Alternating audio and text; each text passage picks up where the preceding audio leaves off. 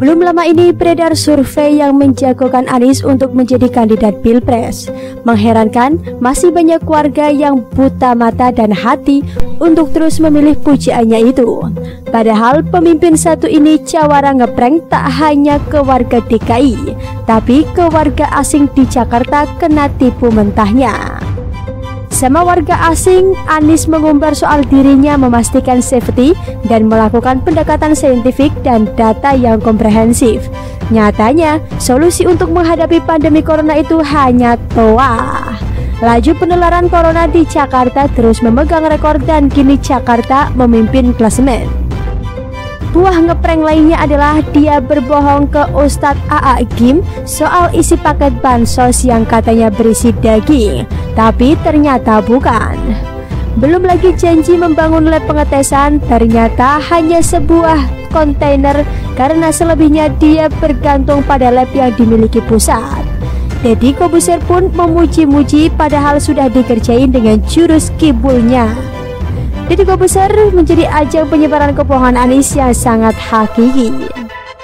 Lalu soal kepedulian terhadap rakyat, dia lagi-lagi mengumbar bahwa Jakarta memiliki dana fantastis untuk mengatasi pandemi.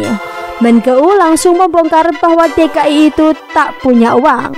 Buktinya, Anies sampai menodong pusat untuk memberikan uang yang berujung polemik sesaat karena Anies sendiri tak paham prosedur dan aturan mainnya. Seruan Jakarta memanggil yang ditujukan kepada para pengusaha atau orang berduit Jakarta untuk membantu DKI menghadapi pandemi adalah bukti putus asanya DKI karena tak memiliki dana memadai untuk memenuhi kebutuhan yang diperlukan dalam menghadapi pandemi.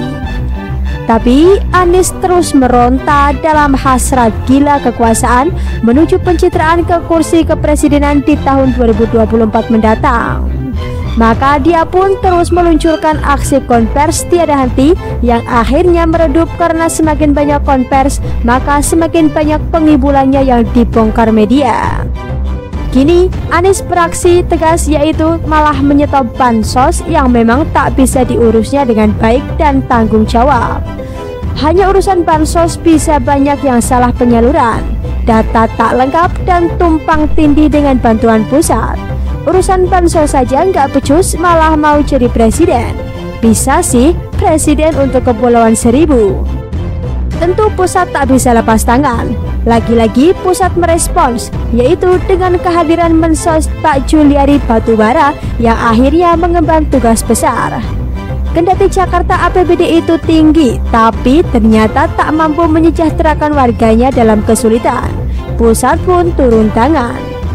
Akhirnya, Menteri Juliari Batubara menyampaikan pemerintah akan melanjutkan penyaluran program bantuan sosial atau bansos khusus selama pandemi untuk masyarakat di Jabodetabek hingga Desember nanti.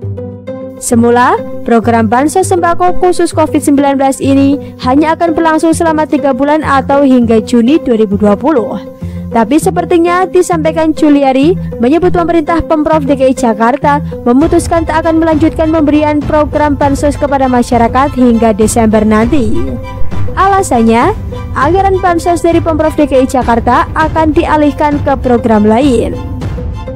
Kami mendapatkan konfirmasi bahwa untuk Juli dan Desember Pemprov DKI akan fokus ke program lain dan tidak akan melanjutkan program bantuan sembako yang mereka jalankan di bulan ini, ujar Juliari saat konferensi pers Rabu 17 Juni 2020. Kita tahu sendiri model seperti ini jelas pelemparan tanggung jawab.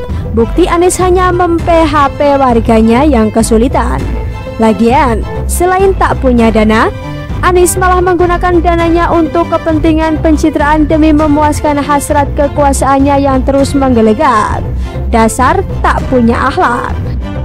Terkuak pula bahwa pusat yang menanggung sebagian besar sembako Jakarta. Jadi, hingga bulan Juni program bansos sembako diberikan kepada 2,1 juta keluarga penerima di Jakarta dengan rincian sebanyak 1,3 juta keluarga dikelola oleh Kemensos dan sebanyak 800.000 keluarga dikelola oleh Pemprov DKI Jakarta. Jadi, bantuan untuk warga yang sebanyak 1,3 juta itu tetap diurus dengan tuntas oleh Mensos.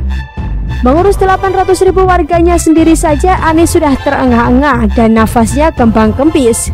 Anies tepar terkapar karena tak punya uang, puyeng, tak cukup, dan anak buahnya tak bisa mengurus dengan baik. Tapi Juliari juga memberi PR. Beliau meminta agar Pemprov DKI Jakarta segera memperbaiki data keluarga penerima manfaat yang bermasalah, sehingga data tersebut dapat segera diserahkan kepada Kemensos dan diperbaiki agar bansos yang disalurkan lebih tepat sasaran. Begitulah ketahuan siapa biang yang membuat polemik bansos di Jakarta. Ujungnya ketika Jakarta memanggil, Mensos langsung turun tangan dan beres.